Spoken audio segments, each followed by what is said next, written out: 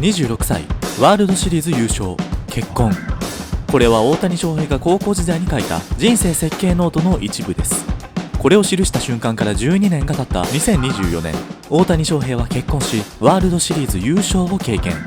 人生が夢を作るんじゃない、夢が人生を作るんだというこの言葉の通りに、自身の掲げた夢を一つずつ成し遂げている大谷翔平でしたが、このワールドチャンピオンへの道のりは決してたやすいものではなく、あまりにもいろいろなことが起こりすぎた世界制覇までの歩みを振り返ります。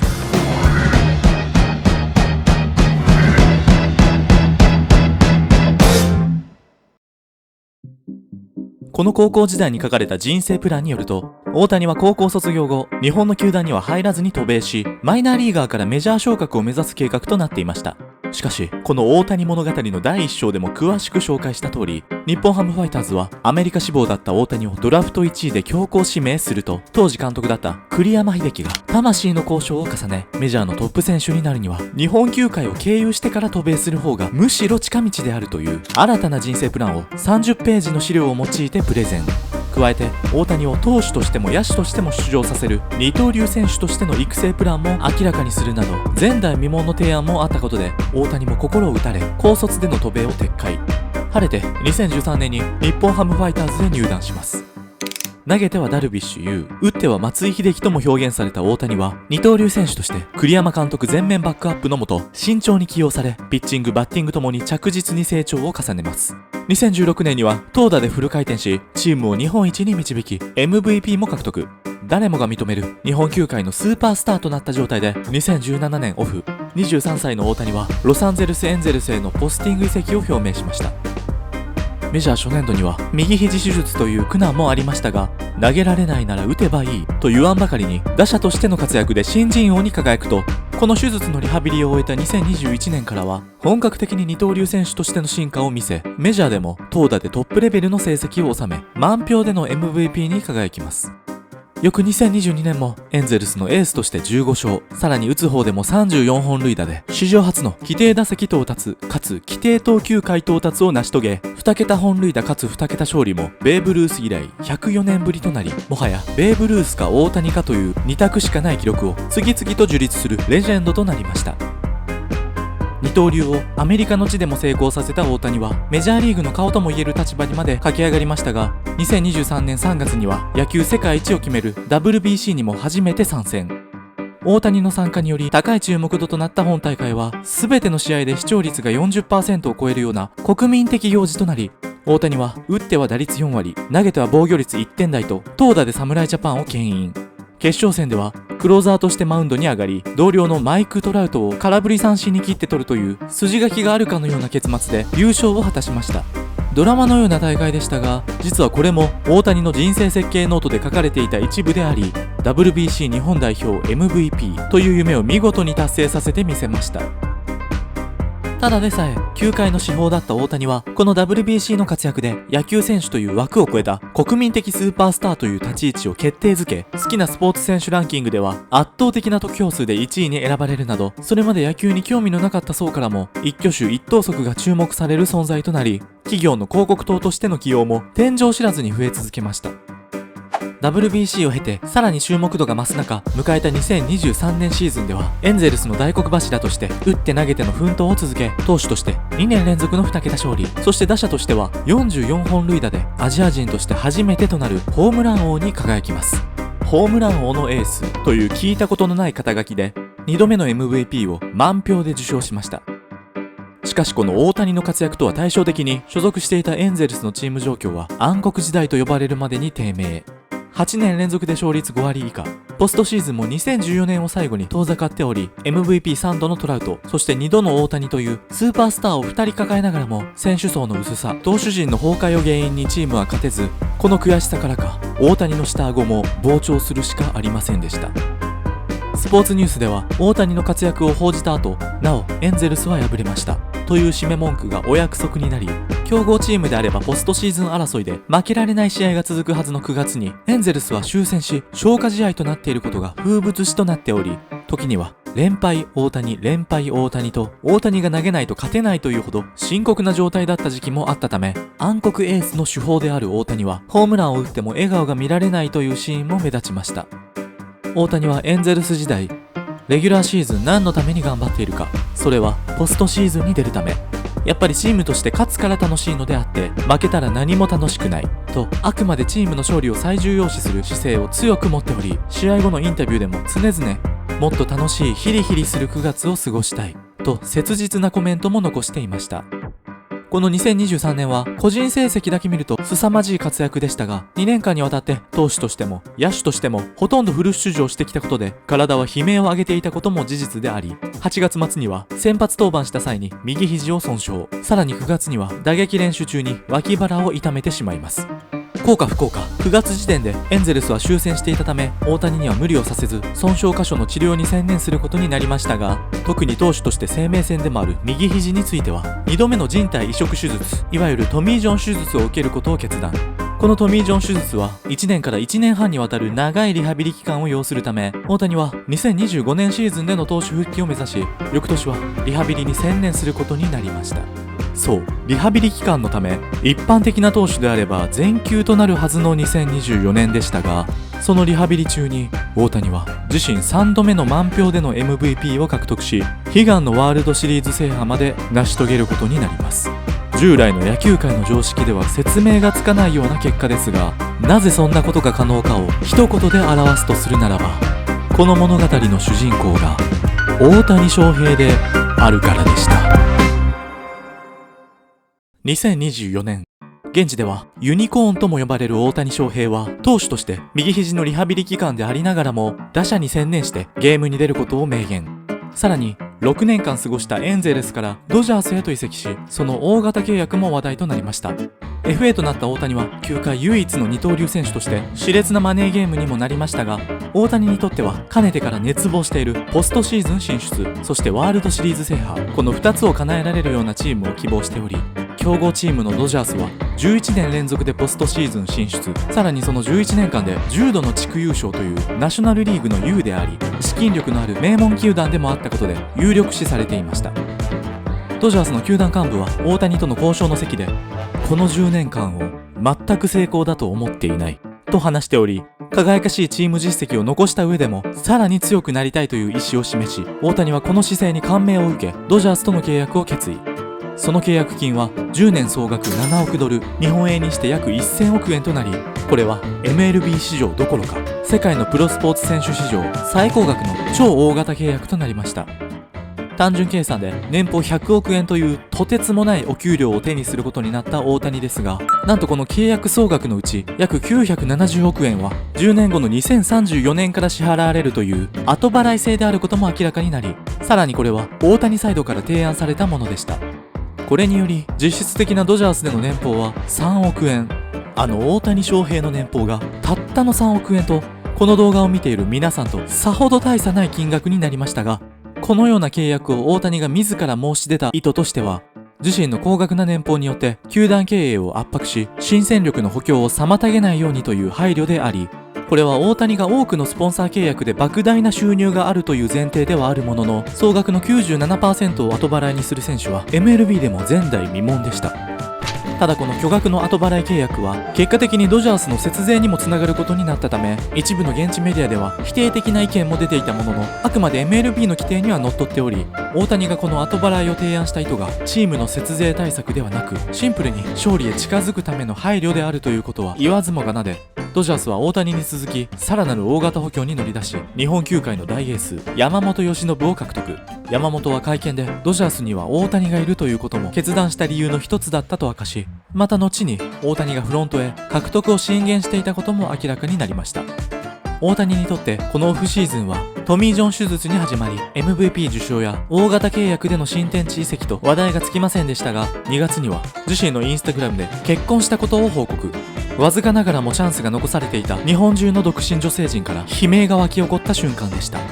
実は MVP の受賞会見の時点で大谷の膝には謎の小型犬が鎮座しており、この犬はどこの誰なのか、大谷が飼っているのか、演出用のエキストラなのか、まさか彼女がいるのかなどと無駄な憶測合戦が繰り広げられていたのですが、この結婚したマミコ夫人と共に飼っていた犬だったと、その全てが繋がった瞬間でもあり、さらにこの2人は顔つきや背格好、そして漂う雰囲気も似ていたことでお似合い夫婦としても話題となり、後に実施された理想の夫婦ランキングでも第1位に選出されることになりました。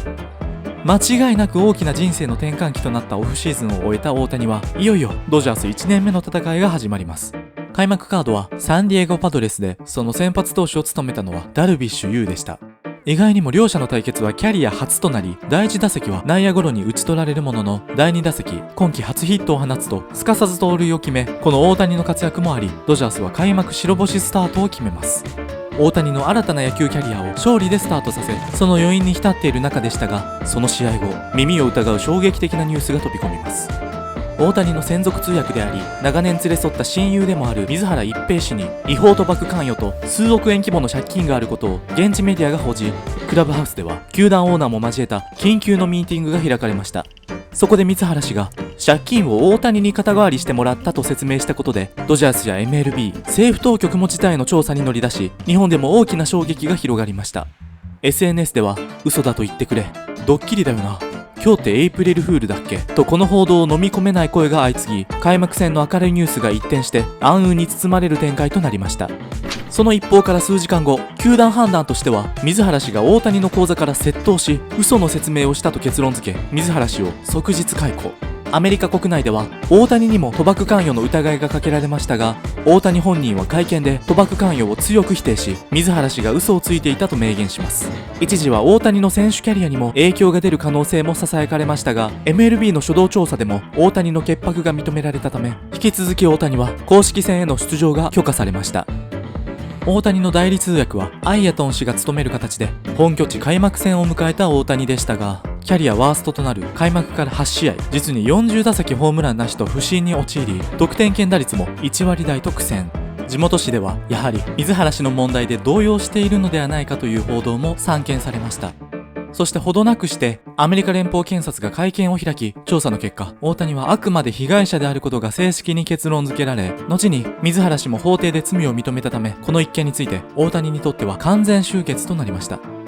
大谷はその日の取材で、ここ数週間いろいろあったので隣に誰かいるかどうかはだいぶ違うと思いますし、そういう意味ではああいてくれてよかったなと思う時はあったかなと思いますとも話し、マミコさんやデコピンさんという家族の存在の大きさを実感していました。この一段落もあってか、調子を取り戻した大谷は4月下旬には2試合連続のホームランを記録。試合後に好調の要因を聞かれると、どうなんですかね、新しい通訳が素晴らしいんじゃないですかねとウィットに富んだ切り返しもしており、復調したこの4月にはメジャー通算176本塁打を記録し、松井秀喜が持っていた日本人としてのメジャー通算最多ホームラン記録を上回りました。これを受け松井秀喜は取材に応じ、彼の存在の大きさ、選手としての素晴らしさを私の数字と比べる必要は全くないと謙遜。大谷は高校時代には打者として松井秀喜級とも評されていましたが、その松井秀喜が10年かけて作った記録を大谷は7年で抜き去りました。投手もしながら開幕直後こそホームランが出なかったものの、結局この4月は例年以上のハイペースでホームランを量産し、ドジャースの超強力な上位打線の一角としてチームを牽引。この活躍ぶりもあって日本のマスコミでは連日連夜大谷の情報が流れ、時にはこのように半袖を着ただけで速報を出し、テレビ各局もこの過熱報道に歯止めが効かなくなったのか、大谷が購入したとされる新居についても大々的に紹介するなど取材はエスカレートしていき、大谷はこの新居への引っ越しを取りやめる事態となったとの噂も出ており、同僚のフレディ・フリーマンは今年ほど多くのカメラを見たことがないと苦笑いするように、大谷の加入によって報道陣が激増したことも明かしています。新天地への移籍、そして水原氏の問題、さらに新居の報道など様々な精神面への影響が重なる大谷でしたが、それでも目の前の1試合、そして1打席に集中し続けており、6月終了時点で26ホームランとホームラン王を独走。特に6月は例年得意としており、ネットでは6月谷という安直ネームもつくほどに毎年ホームランの稼ぎ時として知られ、このシーズンも月間12本塁打と爆発します。ただこの6月はチーム全体で見ると嫌なムードが立ち込めており、ここまで6勝2敗と先発陣を支えた山本由伸が故障で離脱。さらに大谷の前を打っていた1番打者のムーキー・ベッツがデッドボールを受け骨折。主力が次々と離脱していきます。そんな中でもこのベッツが離脱した翌日、代わりに1番に入った大谷は2打席連続ホームランを放ち、嫌なムードを払拭し、リードオフマンとして文字通りチームを引っ張りました。開幕直後の数試合を除けば、どのような状況下でも安定感のある活躍を見せたここまでの大谷でしたが、この抜群の安定感の裏には今季より取り入れた新しいルーティンがありました。それがこのようにホームベースにバットを寝かせ、軸足の置く位置を測る動作です。大谷はインタビューの際に、正しい構えをして正しい動作を行えばストライクゾーンに来たボールはおのずとヒットになると発言するほど、打撃技術が洗練されてきた実感を覗かせており、あとはいかに前打席同じ姿勢で打席に入れるかという点にフォーカスし、バッターボックスの白線ではなく、より正確に同じ位置に立てるようにホームベースからの距離をバットを目安に測り、軸足の位置を定めていました。このルーティーンだけでなく、資金力に長けるドジャースは様々な最新鋭の練習機材が揃っており、大谷はそれらを用いて合理的なスイングができているか、骨格や関節をビジュアライズしながら微調整が可能に。これらの結果、毎試合毎打席誤差の少ない最適な打撃フォームが確立された上でスイングができていたため、大谷の技術とパワーを試合で存分に発揮できる環境となっていました。一方で、後半戦に入ったドジャースのチーム状況を見ると、着実にポストシーズンへ向け前進し続けているものの、前述の故障者の影響もあって、決して盤石な体制とは言えず、7月末には主力打者であるフレディ・フリーマンも家族が難病を患い、その看病のために戦線を離脱。MVP トリオのうち2人を欠く中で、大谷はホームランに加え、夏場以降は盗塁の数が激増し、8月頭の時点で30本30盗塁を達成。驚異的なハイペースでの達成に、現地では史上5人しかいない40-40の達成も期待され始めます。もともと足の速い大谷でしたが、ドジャースのスミスコーチ曰く、大谷がドジャースに来た時、走塁フォームを改善すればまだ速くなると感じたと改善点を見抜き、このコーチの指導もあり、大谷はスピードアップを実現。加えて大谷が掲げた2024年シーズンのテーマとして、投球ができないためオフェンス面をさらに強化したいという理由もあり、シーズン前には走塁面の練習時間をかなり増やし、それらが実を結び数字に現れた結果となりました。苦しいチーム状況を大谷が何とか支える中で、8月にはフリーマンとベッツの2人が戦線復帰。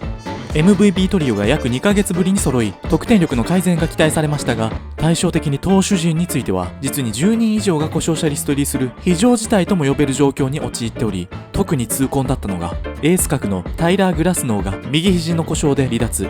6月には独走状態だったドジャースも、この投手陣の怪我が響き、貯金は停滞してしまっており、一時10ゲーム差をつけていたサンディエゴ・パドレスが夏場にかけて猛追。楽勝ムードが一変し、熾烈な地区優勝争いとなります。離脱者だけでオールスターチームが組めるとまで揶揄されたドジャースで、一番打者としてチームを引っ張ってきた大谷でしたが、8月に入るとさすがの大谷も調子を落とし、長らく3割を保っていた打率が2割9分台にまで下がります。現地メディアでは、パドレスの猛追によって大谷は焦っているのではないかと報じられることもあれば、ここに来て投手としてリハビリ中であることが打撃にも影響してきていると今思い出したかのようにリハビリの話を持ち出す記事もあり、現地メディアはこの不調の要因を探る考察合戦が起きるほどに深刻な状態でした。8月11日の試合では、大谷自身もスイングの軌道が少しずれていると感覚に狂いがあることを語ると、翌日から2試合連続のホームランを放ち、その4日後、もうちょっといいクオリティの打席にしたいと課題感を語りながら、打球速度180キロのホームランを記録。試合のたびに不調の要因を聞かれる大谷は、その翌日に構えている段階でいい未来が見えていない感じ、いい時が続いていかないと悲観的な発言まで飛び出し、2試合連続の39号ホームランを放ちました。現地メディアも本人も不調だと語る中で、なぜかハイペースにホームランを量産し、あっという間に40-40に王手をかけた大谷は、8月23日の試合で40盗塁を達成。あとはホームラン1本で偉業達成という中、この試合の9回裏2アウト満塁サヨナラの場面で大谷に打席が回ってきます。現地実況は、大谷がヒーローマントをかぶる時が来たと盛り上がり、球場は総立ち。絶不調の大谷がここで打つのはさすがに漫画すぎる展開の中、主人公大谷は見事にキャリア初となるサヨナラ満塁ホームランを放ち、これにより史上6人目の40-40を達成しました。126試合目での40-40達成はダントツで史上最速記録となり、まだ試合を残す大谷にとっては過去達成者のいない50-50へのチャレンジが始まりました。結局この不調と報じられた8月、大谷はなんとか11本塁打放ち、苦しみながらもリーグ月間最多ホームランという形でしのぎ切りましたが、8月に対戦したラーズ・ヌートバーは、彼のスランプは他の人と少し違う。もし今の彼がスランプだというならば、他の選手ならなんて表現していいかわからないと困惑するしかありませんでした。順調に数字を伸ばしていった大谷は45-45をあっさりと達成すると、9月18日に1ホームラン1盗塁で48本49盗塁となり、いよいよ秒読みとなった翌日の9月19日、衝撃的な爆発を見せることになります。この日の大谷はまず第1打席に2塁打を放つと、すかさず3盗を決め、これで先に50盗塁を達成。第2打席はタイムリーヒットで盗塁、第3打席はタイムリーツーベースを記録すると、迎えた第4打席49号ホームランを放ってみせ、偉業に王手をかけます。この時点で4打数4安打5打点という大活躍で、実況ももう大谷だけの世界だと叫び、敵地でありながらスタンディングオベーションが起こります。12対3という一方的な展開で迎えた第5打席、ホームランが出れば 50-50 達成という場面でしたが、注目度の高い場面に必ず打ってきたこの男は逆方向へ放物線を上げると、打球はそのままスタンドイン。この2打席連発で長いメジャーリーグ史上で初めてとなる 50-50 を達成しました。完全にドジャースのというか大谷のワンサイドゲームになったこの試合は、9回2アウトでなんと1番大谷に6打席目が回ってきます。もはや打つ予感しかしない中でしたが、大谷は見事に特大のスリーランを放ち、なんと3打席連続ホームランで51-51を達成。笑うしかない大活躍をした大谷は6打数6安打3本塁打10打点2盗塁とやりたい放題で驚きを超越する試合となりましたが、試合後のインタビューでは、これだけ打てたことは人生でもないので自分が一番びっくりしていると本人も驚いていました。なおこの試合で放った50-50達成のホームランボールは奪い合いの末男性が手にしましたが、後にオークションへ出品すると世界中の資産家たちで争奪戦となり、結果的に6億6000万円という破格で落札されました。この衝撃的な試合で完全に絶好調モードに突入した大谷は、その翌日も猛打賞を記録。4日間で14安打という全盛期イチローを思わせる活躍で、長らく2割9分前後だった打率も3割1分にまで上がり、シーズンの最終盤に大爆発して全日程を終えました。三冠王こそ惜しくも逃したものの、ホームラン打点の2冠に輝き、最終成績はこのように全ての部門でリーグ最高峰の記録を残すような、打って走れる夢のような選手になりました。59個にまで伸ばした盗塁数は、このようにキャリアのほぼ前年で走り散らかしていたイチローの記録を一気にごぼう抜きし、日本人最多記録を樹立。ただしピッチクロックや牽制の回数制限、ベースのサイズ変更と条件が大きく変わっているため、単純比較はできませんが、記録上では日本人最多となり、イチローを抜いた試合での MLB のインスタグラムではこのような合成画像が投稿されていました。打点でも1番打者ながら130打点という異常値を叩き出した大谷は、ヤンキースで長らく主軸を務めた松井秀喜の116打点をも上回り、日本人最多記録を樹立。そしてホームラン数においてもエンゼルスの大打者だった大谷翔平を抜き、日本人最多記録とホームラン、打点、盗塁で歴史的な数字を残したシーズンでした。ドジャースは多くの離脱者に苦しみながらも、この大谷という大黒柱の活躍もあって、最終盤まで猛追をかけたパドレスを振り切る形で地区優勝を達成。前年まではもっとヒリヒリした9月を過ごしたいと渇望していた大谷にとっては、夢にまで見た激戦の9月となり、この勝負どころで月間打率3割8分4厘、11本塁打、得点圏打率は5割5分6厘と打ちまくり、ネット上ではこの9月の大谷はヒリ谷と呼ばれていました。そしていよいよキャリア初めてのポストシーズンが開幕。最初のカードは同地区最大の難敵だったサンディエゴパドレス。初戦はシーソーゲームの中で大谷がスリーランを放ち勝利を飾ると、試合後のインタビューでは、雰囲気自体がすごい熱気でただただ楽しいゲームでしたと、キーが2個ぐらい上がった声で興奮気味に話します。しかし第2戦、ドジャースの押せ押せムードに立ちはだかったのはダルビッシュ有。ポストシーズン経験は実に6度目となるダルビッシュは、第2戦で先発すると大谷を完璧に封じるなど好投を見せ勝利投手に。その翌戦もパドレスが勝利し、ドジャースは残り2試合で2連勝できないと、まさかの地区シリーズ敗退と窮地に立ちますが、それでも大谷は2連勝すれば OK と前を向き、敵地サンディエゴでまず1勝をもぎ取ると、最終戦は勝った方が地区シリーズ突破となる運命の試合になります。負ければシーズン終了の大一番、パドレスの先発はやはりこの男、ダルビッシュ有。対するドジャースは山本由伸が先発という両チームともに負けられない試合を日本人投手に託し、この試合前の会見でドジャースのロバーツ監督は彼が人生をかけて投げると話し、山本にとっては人生がかかった登板となります。ダルビッシュは7回途中2失点と前回に引き続き好投しましたが、対する山本由伸はこの大一番で5回無失点とゲームを支配。この快投でドジャースが2対0と勝ち切り、リーグ優勝決定シリーズへ進出を決めると同時に山本の人生も存続が決定しました。パドレスの粘りに苦しんだドジャースでしたが、次のカードではメッツ相手に主導権を握る試合も多く4勝2敗と順当に勝ち進み、ナショナルリーグの優勝を果たしました。そしていよいよ残すはポストシーズン最後のカード、ワールドシリーズ。対峙するのは名門ニューヨークヤンキースでした。ヤンキースにとっては2009年以来実に15年ぶりとなる念願のワールドシリーズ進出であり、その前回2009年は松井秀喜が打率6割超えの大活躍でワールドチャンピオンに導き、日本人唯一のワールドシリーズ MVP を受賞した年でした。ニューヨーカーが待ち焦がれたワールドシリーズ、さらに両リーグの名門球団同士の対決ということで注目度は非常に高く、加えてドジャースの大谷、ヤンキースのアーロン・ジャッジとリーグ最高打者が対峙するという話題性もあり、 MLB 制作のポスターはこのような映画のデザインになります。当然チケットはプレネとなり、球場にはトム・ハンクスやブラッド・ピットといったハリウッドスターたちも訪れ、球場全体が異様な雰囲気となりましたが、その第一戦は2対2と緊迫した展開になり、延長10回ヤンキースが1点を勝ち越します。しかしその裏、ドジャースのフリーマンに逆転サヨナラ満塁ホームランが飛び出し、劇的な勝利を収めました。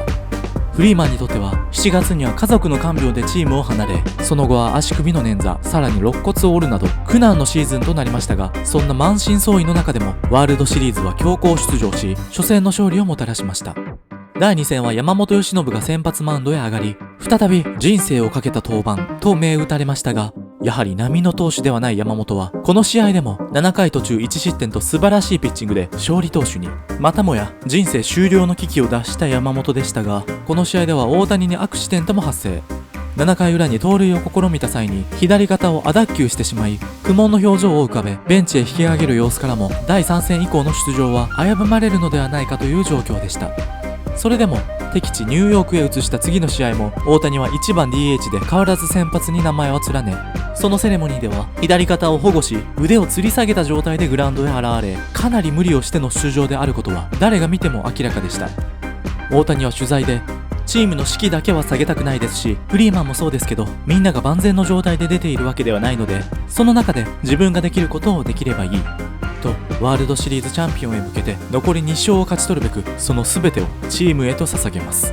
この大谷の姿もあってか、敵地でもドジャースの勢いは止まらず、特にフリーマンが初戦のサヨナラ弾から4試合連続ホームランと大活躍で、結果的にワールドシリーズはドジャースの4勝1敗で4年ぶり8度目の世界一に輝きました。シーズン中はフリーマンやベッツの穴をカバーし続けた大谷でしたが、ワールドシリーズでは脱臼の影響もあり、打率1割5厘と快音は聞かれませんでした。しかしながら高いチーム力を誇るドジャースは、このポストシーズンはフリーマンやベッツはもちろん、伏兵ともいえるエドマンやリリーフ陣、そして何といっても登板するたびに勝手に人生を背負わされた山本由伸が2勝を挙げるなど、故障者をお互いカバーし合うまさに強豪チームの戦い方でワールドシリーズ制覇を成し遂げました。特に看板選手の大谷、ベッツ、フリーマンの3人について、チームメイトのテオスカー・ヘルナンデスは、彼らは最高の選手でありながらエゴが全くなく、あくまでチームの一員として振る舞っている。彼らの言動、野球への向き合い方、どれもが素晴らしいと、スーパースターでありながらも個人主義ではなく、あくまでドジャースの一員であるという謙虚な姿勢で献身的にチームへ貢献する姿に感銘を受けており、さらにロバーツ監督も大谷翔平について、ドジャースにはいい選手はたくさんいるが、明らかに翔平は唯一無二の才能を持っているスーパースターで、何か特別なものがあると感じる。人柄も良く、チームに尽くし、片腕でもプレーし続けた姿は間違いなくチームメイトからリスペクトされたはずだと語り、プレイヤーとしての評価だけでなく、大谷のスター性や人物面についても絶賛しています。エンゼルス時代にはあまりにも遠く見えたワールドチャンピオンを移籍1年目にして達成することができた大谷は、今年1年満点に非常に近い結果だったと語り、自身の歴史的な個人成績に加え、やはり最大の目標だったワールドシリーズ制覇を成し得たこともあってか、手応えを感じていました。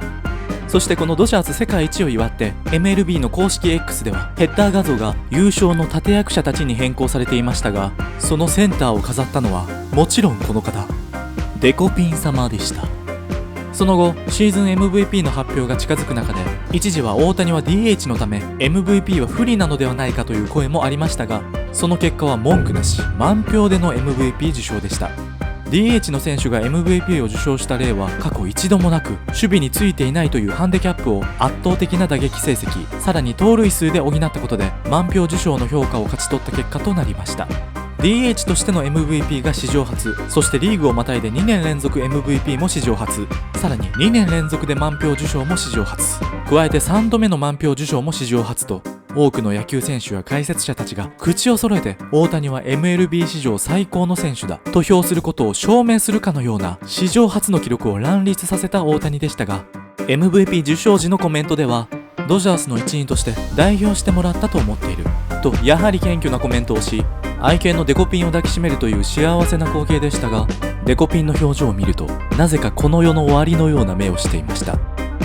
振り返ると大谷にとってはグラウンド内外で色々とありすぎた2024年シーズンを終え、来シーズンにはいよいよリハビリを終えた投手大谷翔平の復活も決まっており、大谷、山本、グラスノーという3本柱で地区優勝に加えワールドシリーズ連覇の期待もかかります。また来季の開幕カードは東京ドームで実施されることも決定しているため、2023年東京ドームで行われた WBC のような日本中が注目する行事となることは確実であり、また再びファンを驚かせるような人々の予想を上回るシーズンになるかもしれません。